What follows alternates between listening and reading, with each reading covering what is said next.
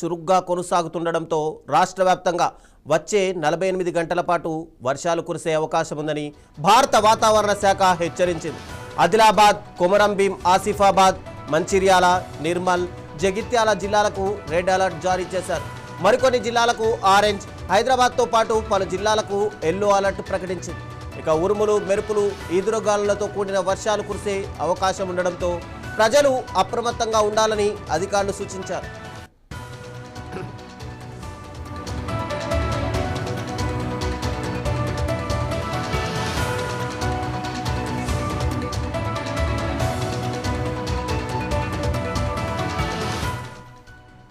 హైదరాబాద్తో పాటు తెలంగాణలోని పలు జిల్లాలకు భారత వాతావరణ శాఖ భారీ వర్షాల హెచ్చరిక జారీ చేసింది.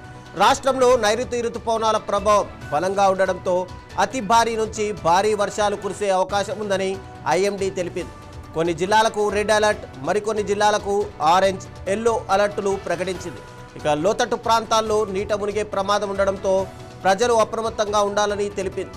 వాగులు, వంకలు దాటే ప్రయత్నం చేయవద్దని అధికారులు హెచ్చరించారు.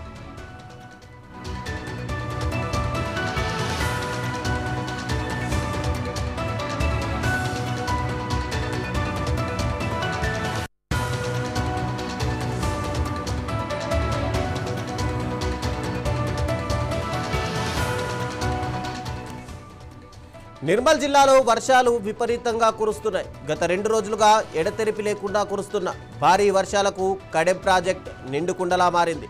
ఎగువ ప్రాంతాల నుంచి ప్రాజెక్టులోకి వరద ప్రవాహం భారీగా పెరుగుతుండడంతో అధికారులు అలర్ట్ అయ్యారు. కడెం ప్రాజెక్ట్ గేట్లు ఎత్తి నీటిని దిగువకు విడుదల చేశారు. ప్రాజెక్టు వద్ద పరిస్థితులను నిర్మల్ జిల్లా ఎస్పీ జానకి షర్మిల గారు స్వయంగా క్షేత్రస్థాయిలో పరిశీలించారు.